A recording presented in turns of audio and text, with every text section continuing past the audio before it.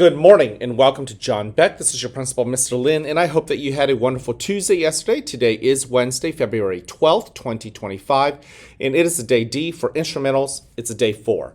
Now, before we kick off this wonderful day, I want to invite you, as I always do, to please stand and face the flag for the Pledge of Allegiance.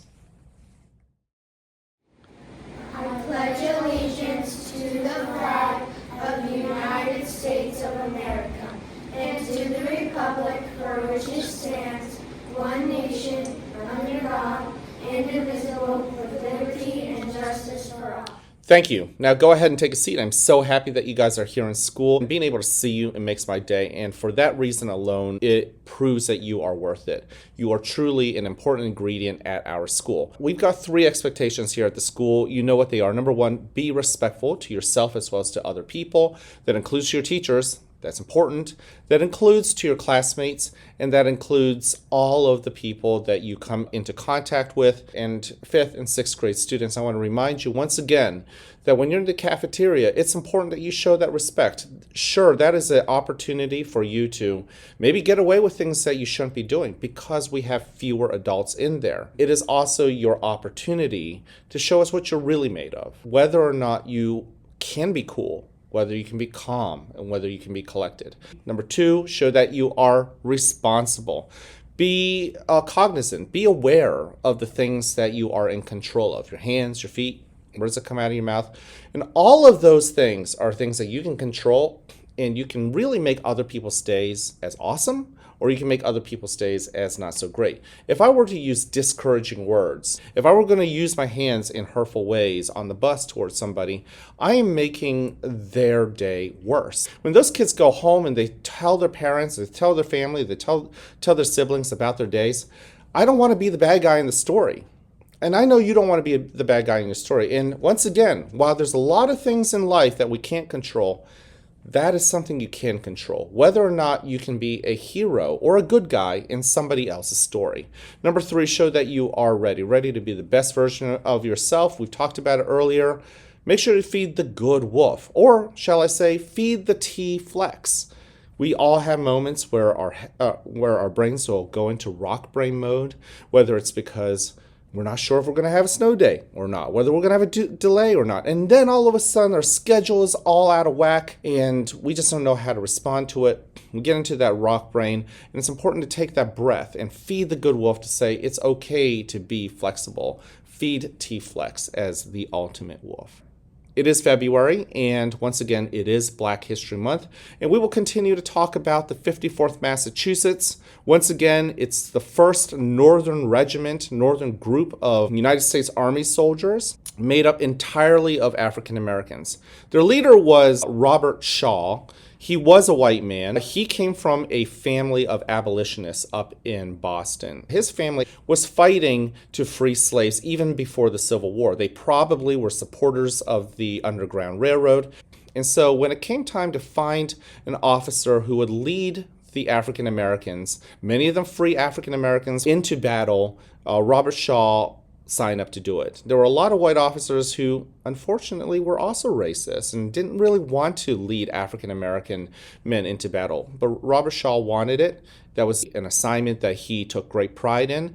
And he fought just as hard as his soldiers to ensure that people would treat them seriously. Once again, African American soldiers were untested. And there was a time back then where people weren't sure if they would make great soldiers. Which takes us to July 18th, 1863, down in the slave-holding state of South Carolina. Outside of Charleston, there was a fort manned by the army that was fighting to keep the slaves. The 54th Massachusetts was tasked to be the first to attack. Now, there were a lot of people who just weren't sure if they were going to be brave enough to attack, so on and so forth. And on July 18th, they marched across the sand and charged the walls of Fort Wagner. That was the name of the fort. They actually were able to get into the fort where they engaged in hand-to-hand combat. Unfortunately, while we would like to think that the 54th Massachusetts would win, on that particular day, they did not.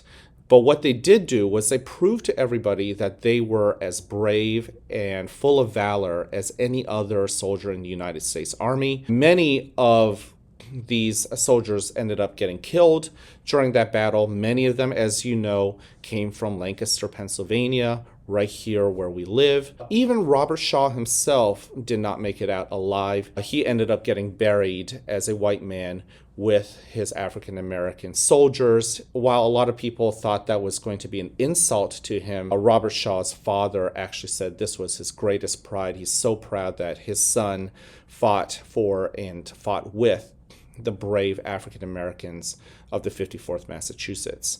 Another story during that battle was that of William Carney. William Carney was actually not from Pennsylvania. He was born a slave in Norfolk, Virginia, which is actually where my oldest son was born as well. He had escaped, went to the North, and during the Civil War heard about the 54th Massachusetts, signed up. He really wanted to fight for Lincoln and free up the slaves down south. Back then, if you were in battle, you really needed to follow the flag. The flag was what everyone watched in order to know what everyone else is doing, and the American flag was really important. If you were the flag bearer, you actually had to put down your weapon because the flag was so heavy, but it was so important to have a flag bearer. And unfortunately, the first flag bearer was shot and killed. William Carney was nearby, and he refused to let that flag hit the ground. He caught the flag and charged up the hill. It inspired a lot of his fellow U.S. Army soldiers to follow suit. He himself was shot many times, but he actually lived. And because he helped lead the soldiers into Fort Wagner, he ended up being awarded the Medal of Honor. And the Medal of Honor, as I shared with you yesterday, is the most prestigious military honor that can be given. So William Carney is one of the few soldiers in history to be awarded that honor. And not only that, he ended up becoming the very first African American to be awarded that medal. William Carney, definitely a war hero, along with the likes of Robert Shaw and many unnamed soldiers of the 54th Massachusetts. I'm out of time, so I'm going to leave you with this. I love you. I care about you. I'm here to encourage you. Go spread that message to everybody else. Can't wait to see you guys around. Have an awesome day. And as always, I like you just the way you are.